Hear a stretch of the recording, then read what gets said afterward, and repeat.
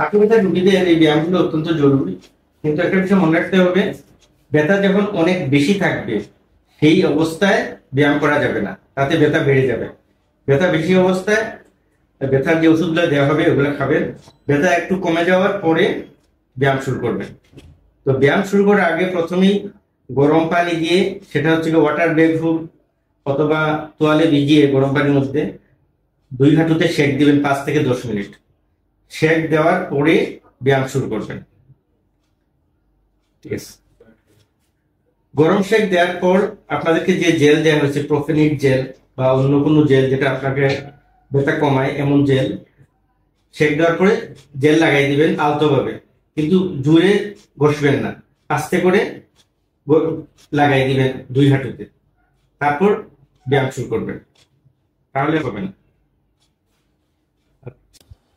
যারা বয়সজনিত হাঁটু ব্যথায় ভুগতেছেন তাদের এই ব্যায়ামগুলো করলে আপনাদের হাঁটু ব্যথা কয়েক মাসের ভিতরে অনেক কমে যাবে, এবং ধীরে ধীরে চেষ্টা করলে আপনারা হাঁটু বাদ করে নামাজে পড়তে পারবেন এক সময়। এর জন্য প্রথম যে ব্যায়ামটা আপনারা করবেন সেটা হচ্ছে গিয়ে চেয়ারে বসবেন, চেয়ারে বসে পা সোজা করে ফেলবেন, এইভাবে সোজা করে ফেলবেন।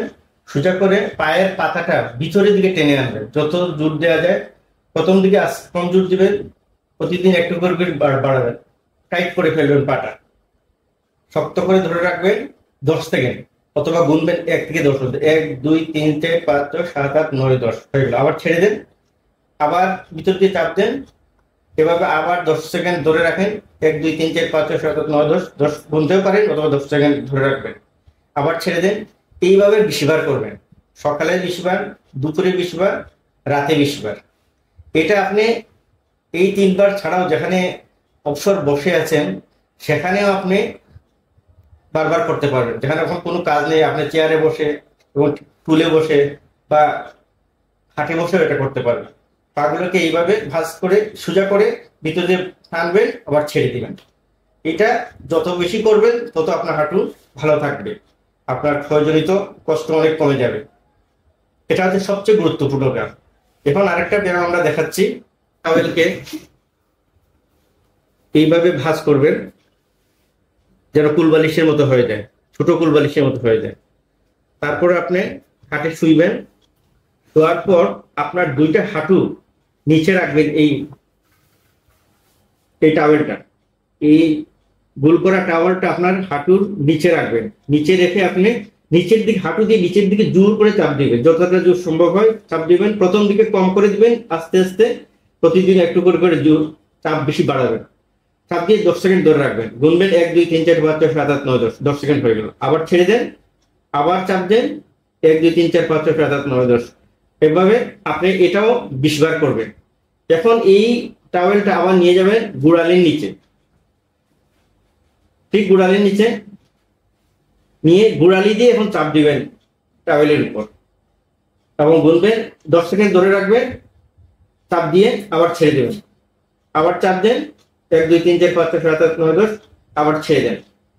এই ব্যায়ামগুলো এটা 20 বার করবেন, সকালে, দুপুরে, রাত্রে, অথবা যখন আপনার সময় ফ্রি থাকে সেই সময় আপনি করবেন। এই ব্যায়ামগুলো এখন যেগুলো দেখানো হলো, একটা চেয়ারে বসে ব্যায়াম আর খাটে শুয়ে টাওয়েল দিয়ে ব্যায়াম, এগুলো সবচেয়ে গুরুত্বপূর্ণ। এগুলো আপনার প্রতিদিনই করবেন। এছাড়াও আরো কিছু ব্যায়াম আছে, আমরা একটু পরবর্তীতে দেখাচ্ছি।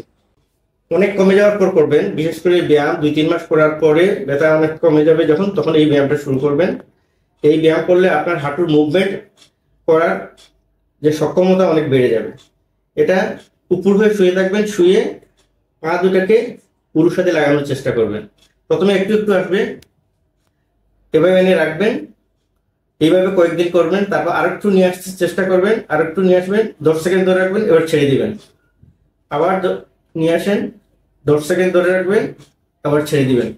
তারপর যখন আরো বেশি চলে আসবে তখন আপনি হাত দিয়ে ধরার চেষ্টা করবেন, এক একটা পা বা 2টা পা একসাথে ধরবেন 10 সেকেন্ড, আবার ছেড়ে দিবেন। এটা হচ্ছে শেষের দিকে। এই ব্যায়ামটা 1 মাস 2 মাস করার পর যখন দেখা যাবে হাঁটুর মুভমেন্ট অনেক বেশি বেড়ে গেছে, ভালো লাগতেছে, তখন এটা করবেন।